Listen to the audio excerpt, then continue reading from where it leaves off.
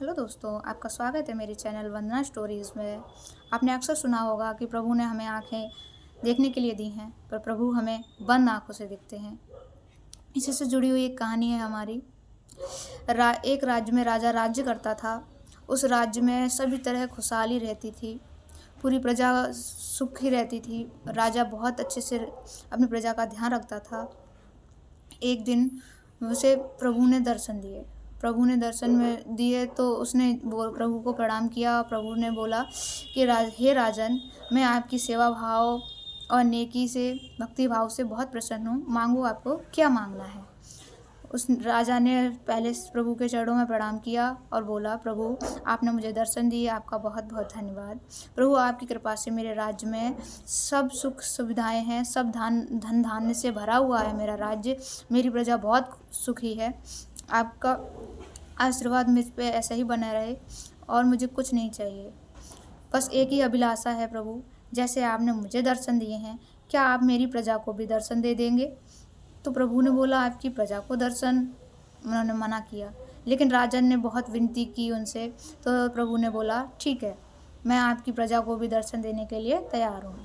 आप उस पहाड़ी पर मुझे इस समय अपनी प्रजा के साथ मिलिए। कल मैं आपको आपकी प्रजा के साथ दर्शन दूंगा। यह कहकर प्रभु अंतर्ध्यान हो गए। राजन ने सभी राज्य में सभी सैनिकों से कहलवा दिया कि हमें सुबह प्रातः इतने बजे, जो भी टाइम दिया प्रभु ने, उस समय हमें उस पहाड़ पर पहुंचना है। वहां हमें प्रभु के दर्शन होंगे। जैसे ही राजा ने ये कहलवाया, राजा की सभी प्रजा बात मानती थी। वह उसी समय कल सभी प्रजा राजा रानी के साथ उस पहाड़ की ओर चल दी। रास्ते में उन्होंने देखा एक तांबे के सिक्कों का पहाड़ दिखा उन्हें।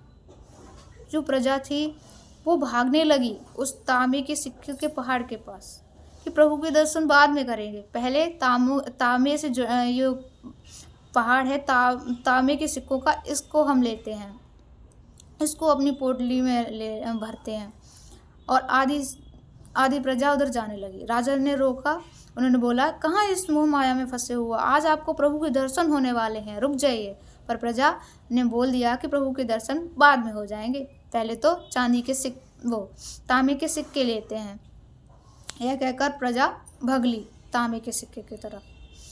अब आगे चलकर उन्होंने देखा कि आधी प्रजा, पीछे मुड़कर देखा राजा ने, आधी प्रजा नहीं है। अब आधी प्रजा के साथ राजा आगे बढ़ते हैं। देखते हैं कि एक चांदी से चमचमाते हुए सिक्के का पहाड़। अब जो प्रजा रह गई थी वह भी भगती है चांदी के सिक्कों को लेने के लिए, उनको चांदी के सिक्कों को लेने के लिए भगती है। और अब सिर्फ राजा के साथ राजमहल के कुछ सैनिक, दासियां और राजा रानी, बस इतने ही बचे हुए थे।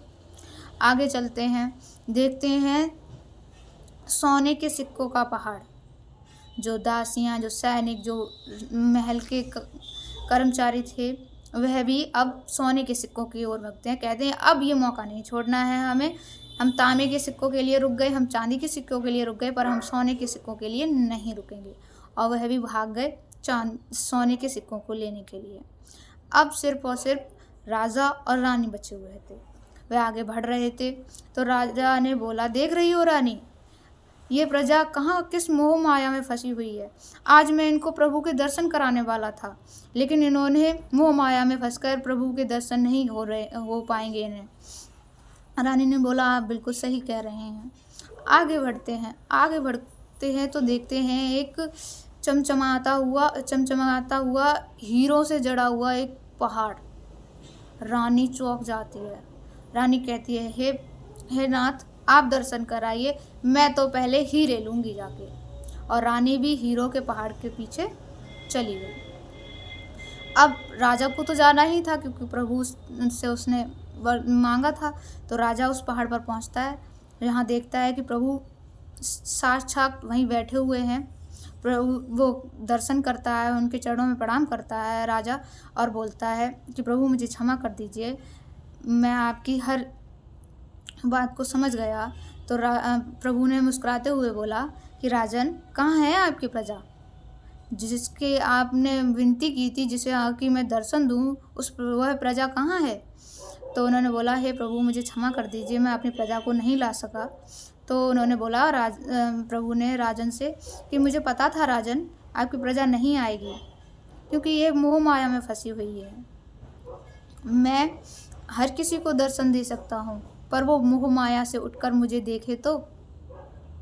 आज उन सभी को मेरे दर्शन हो जाते, मगर कैसे? वे मोह माया में फंसे हुए हैं। इसलिए जो हम आंखें देखने के लिए दी हैं, पर प्रभु हमें बंद आंखों से दिखते हैं।